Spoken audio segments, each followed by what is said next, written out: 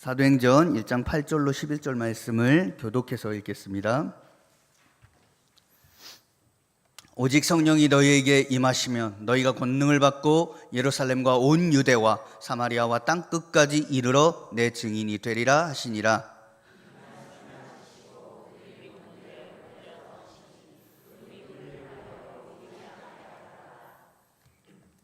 올라가실 때에 제자들이 자세히 하늘을 쳐다보고 있는데 흰옷 입은 두 사람이 그들 곁에 서서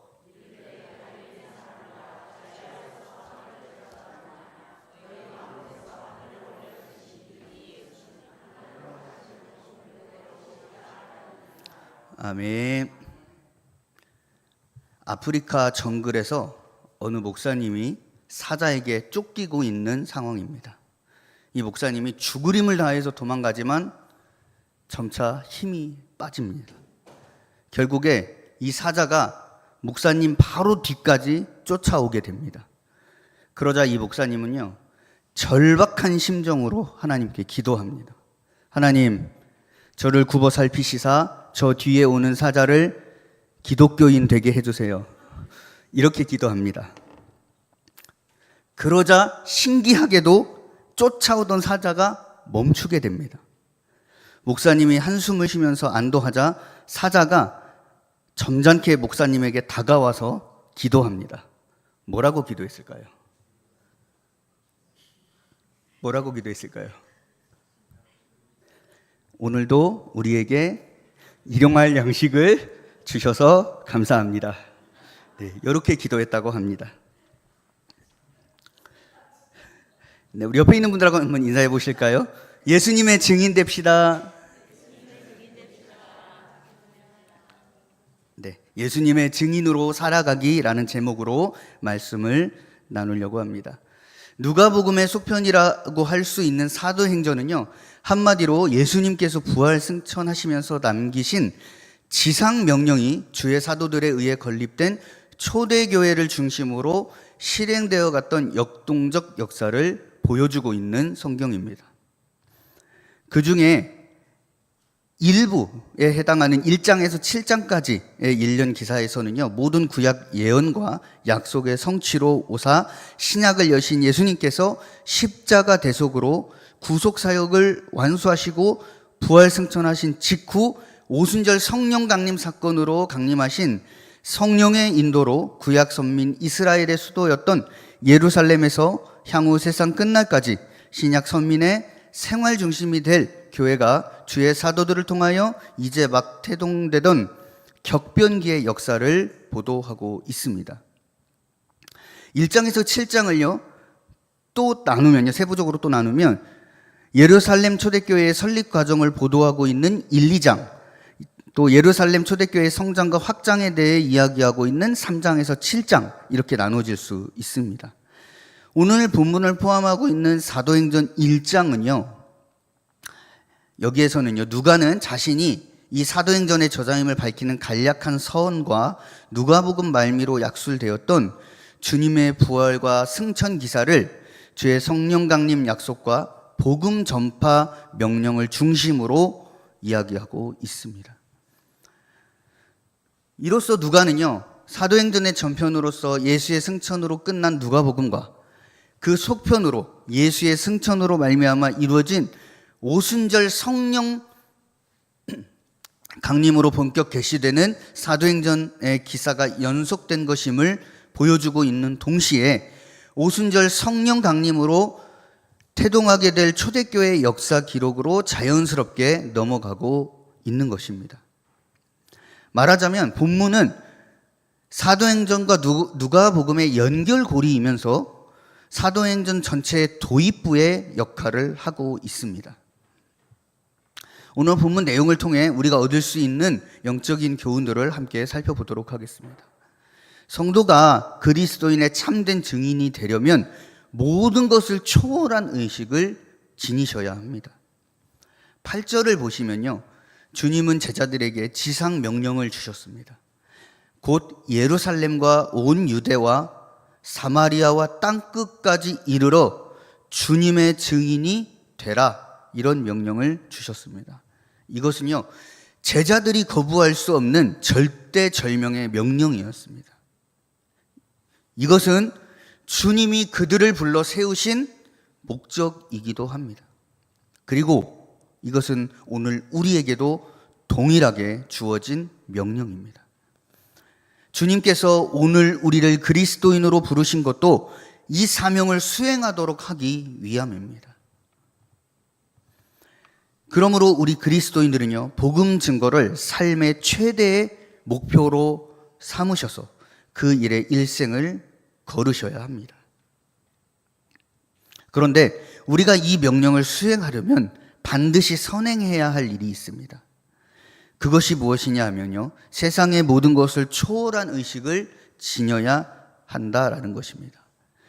구체적으로 어떤 것을 초월해야 되느냐? 첫 번째는 원수를 미워하는 인간의 본성을 초월해야 한다라는 것입니다. 본문을 보면요, 우선 예루살렘에서부터 주님의 증인 사역을 하라고 하셨습니다. 예루살렘은요, 제자들에게 원수의 도성입니다. 예수님과 그들을 대적하고 주님을 십자가에 못 박은 원수들이 거하는 곳입니다. 그런데 그들에게 영세계의 복음을 전해야 하기에 인간의 본성으로는요, 도저히 행할 수가 없는 일입니다. 그래도 제자들은요, 예루살렘부터 복음을 전하기 시작합니다. 예수님을 십자가에 못 박으라고 소리치던 백성들에게 생명의 도를 전하게 됩니다. 이것은요, 인간의 본성을 초월한 사람들의 모습입니다. 우리 또한 그리스도의 참된 증인이 되려면요, 이러한 자세를 가지셔야 된다라는 것입니다. 사랑의 원자탄 손양원 목사님은요, 자기 아들을 죽인 사람을 양자로 삼아서 그들을 사랑과 복음을 통해 구원하게 됩니다. 이것이 그리스도의 참된 증인의 자세입니다. 두 번째로 초월해야 할 것은요, 지역 감정을 초월해야 합니다. 예수님은 사마리아에도 복음을 전하라 말씀하셨습니다. 사마리아 사람들은요, 유대인들에게 이방인과 다름없는 존재들이었습니다. 구약시대 아수르 왕이 북이스라엘 왕국을 멸망시키고 온갖 이방 족들을 옮겨와 살게 만든 곳이 사마리아입니다. 그러므로 사마리아인들은요, 유대인들이 볼 때 이방인과 다를 바 없었고요, 그들을 마치 개처럼 여겼습니다. 유대인들은 사마리아 사람과 세리와 창기들을 죄인의 대명사로 불렀습니다. 그런 사마리아에 가서 복음을 전하려면요, 이 모든 지역 감정을 초월해야 합니다. 사도들은 주님의 명령대로 사마리아에도 복음을 전하고 교회를 세우게 됩니다. 오늘날 주님의 제자라고 자칭하면서도 지역 감정을 버리지 못한 사람들이 많이 있습니다. 자, 세 번째로 초월해야 할 것은요, 편견과 사상을 초월해야 합니다. 예수님은 땅끝까지 이르러 주님의 증인 사역을 감당하라 말씀하셨습니다. 땅끝, 어디를 의미하느냐 하면요, 세계를 의미합니다. 이방 세계를 의미하는 것입니다. 당시 유대인들에게 이방 세계는 하나님의 저주받은 곳이었습니다. 하나님의 율법도 알지 못하고 온갖 우상을 섬기고 죄악과 불의를 자행하는 세계로 인식을 하게 됩니다. 그래서 유대 랍비들은요, 이방인들은 지옥의 땔감으로 하나님이 창조하셨다, 이렇게 가르칩니다. 이방인과의 혼인은 물론 한자리에서 식사하는 일도 더러운 일로 여겼습니다. 그러므로 땅끝까지 이르러 예수님의 증인이 되려면 이런 편견과 인간의 모든 사상을 초월한 사람들이 되어야 했던 것입니다. 사도들은 그렇게 모든 편견과 인간의 사상을 초월해서 이방 세계에까지 복음을 전하게 됩니다. 마지막으로 초월해야 하는 것이 무엇이냐? 자기 목숨 보존 욕구를 초월해야 합니다. 주님께서 말씀하신 예루살렘, 유대, 사마리아와 이방 세계는요, 모두 사단이 지배하던 세계입니다. 하나님을 미워하고 그리스도를 싫어하고 그 제자들을 박해하는 세계들입니다. 그런 세계에 들어가 예수님의 증인 사역을 하려면요, 순교 정신이 있었어야 합니다. 실제로요, 요한 사도 외의 모든 사도들이 예루살렘과 이방 땅에서 순교하게 됩니다. 사람이 가장 버릴 수 없는 본능은요, 자기 보존 욕구입니다. 이 욕구마저 초월한 그리스도인이 예수님의 참 증인이 될 수 있는 것입니다. 죽음 앞에서도 담대히 주님과 그 진리를 증언할 수 있어야 한다라는 것입니다. 헬라어로 증인을 무엇이라고 하는가 하면요, 마르티스라고 합니다. 그런데 이 말에는요, 순교자라는 뜻도 포함되어 있습니다. 우리가 이 불의하고 무지하고 죄악된 세상에서 주님의 증인의 역할을 하려면요, 인간의 모든 본능과 사상과 편견 그리고 감정을 초월한 사람이 되어야 한다라는 것입니다. 그렇기 때문에 어떻게 자기 노력으로 이런 사람이 될 수 있을까요? 예수님은요, 성령의 권능을 받을 것을 먼저 명하신 것입니다. 성령으로 거듭나고 성령의 거룩한 권능으로 무장되고 그 의식이 변화된 성도만이 모든 것을 초월한 주님의 참된 증인이 될 수 있다라는 것입니다. 이 자리에 계신 우리 임마누엘교회 성도님들, 또 우리 청년들, 학생들, 성령으로 충만해지셔서 세상의 모든 것을 초월하고 주님의 참된 증인으로 사실 수 있기를 축복합니다. 두 번째는 승천하신 그리스도는요, 오직 믿음의 영안을 지닌 그리스도인만 볼 수 있는 것입니다. 본문 9절은요, 주님이 승천하시는 내용입니다.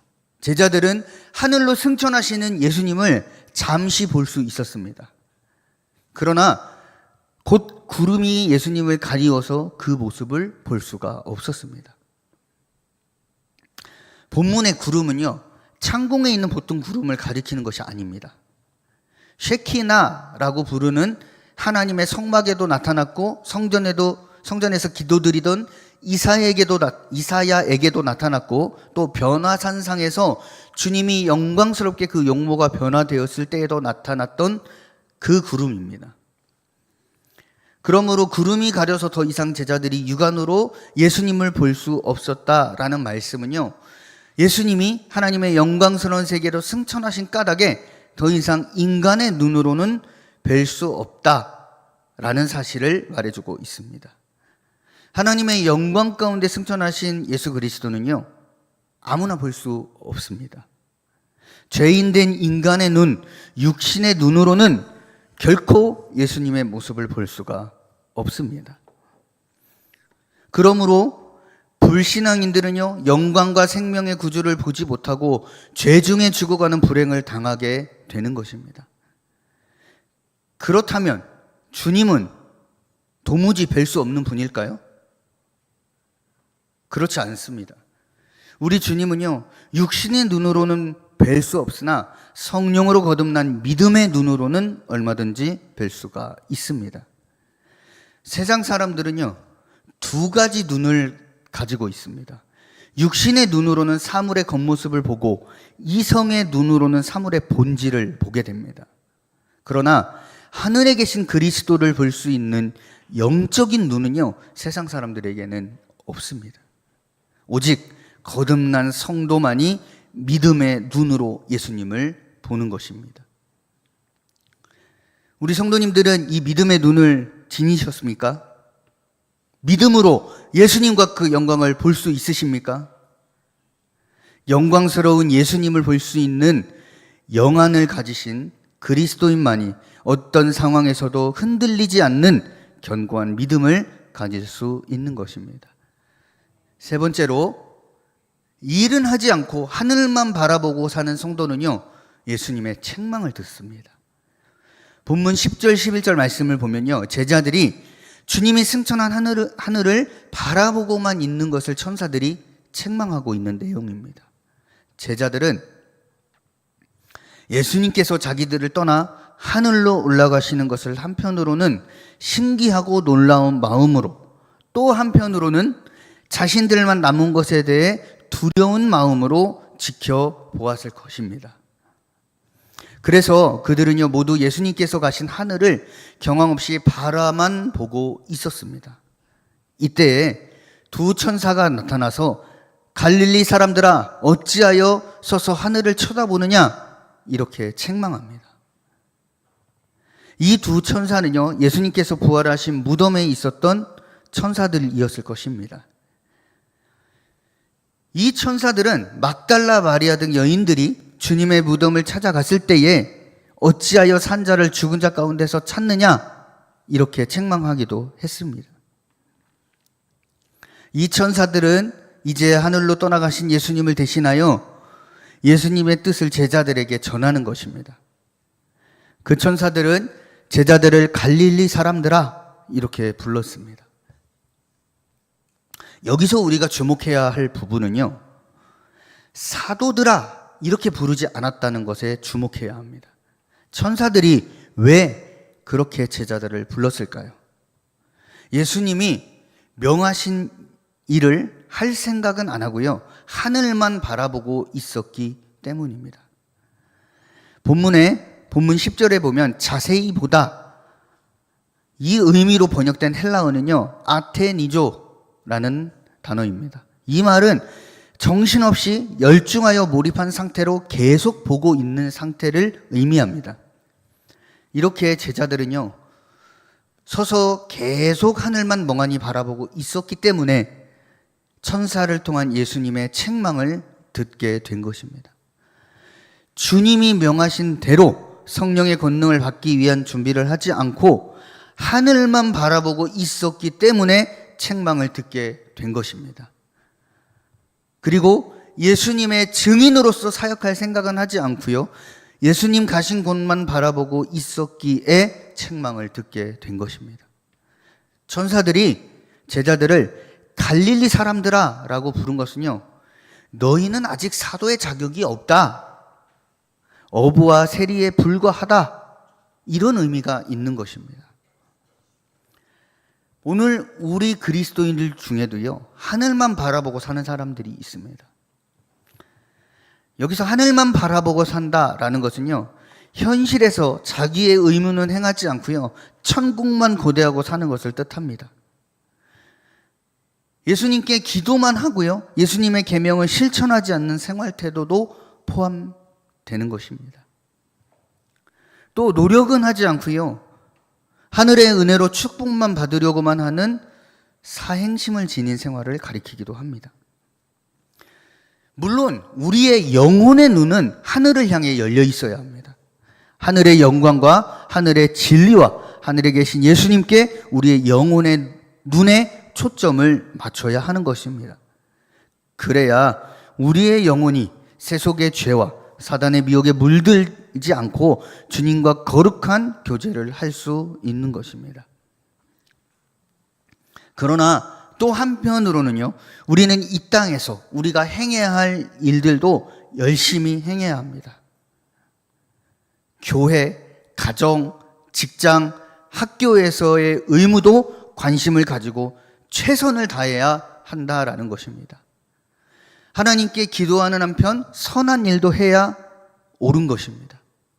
하나님 나라의 영생과 영광의 소망을 지니고 살지만 오늘 내가 주님께 받은 사명에도 충실해야 합니다. 하나님의 축복을 기대하고 살지만 내가 할 수 있는 일에는 최선을 다하는 것이 바른 신앙생활을 하는 그리스도인의 모습입니다. 일은 안 하고 하늘만 바라보고 사는 사람은 기복주의적 신앙을 가진 사람입니다. 또 기회주의적인 사람입니다. 진짜 신앙은요, 눈과 입으로만 하늘의 예수님을 섬기는 것이 아니라 온몸으로 노력하며 섬기는 것입니다.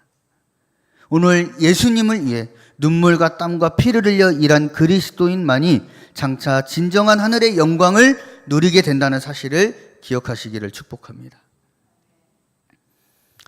승천하시는 예수님의 명령은요, 내 증인이 되라, 이 명령입니다. 이 명령은 예수님의 모든 지상 사역과 가르침이 결집된 명령입니다.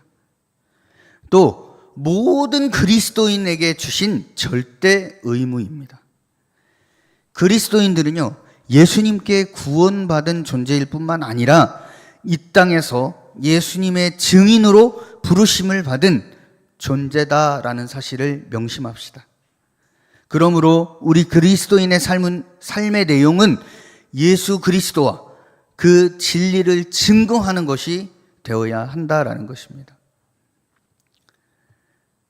우리의 언행과 생활 속에서 예수 그리스도의 모습과 향기가 나타나는 것이 옳은 모습입니다.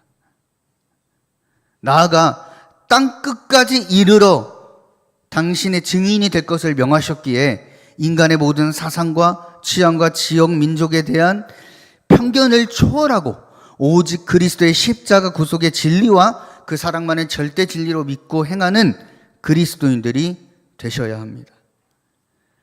우리 모두 예수님의 증인이 되는 일에 걸림돌이 되는 것들을 우리 중에서 제하여 버림으로 진실한 예수님의 증인들 되시기를 축복합니다. 기도하겠습니다. 하나님 아버지, 감사합니다. 오늘 주신 말씀처럼 예수님의 증인된 우리 임마누엘 성도님들 되어지도록 축복하여 주시옵소서. 우리의 삶의 모습 가운데 예수 그리스도의 모습 그리고 예수 그리스도의 향기가 나타나는 우리의 삶이 되도록 축복하여 주시옵소서. 땅 끝까지 복음 전하는 그 사명 감당하는 우리 임마누엘께 되게 하여 주시옵소서. 예수님 이름으로 기도합니다.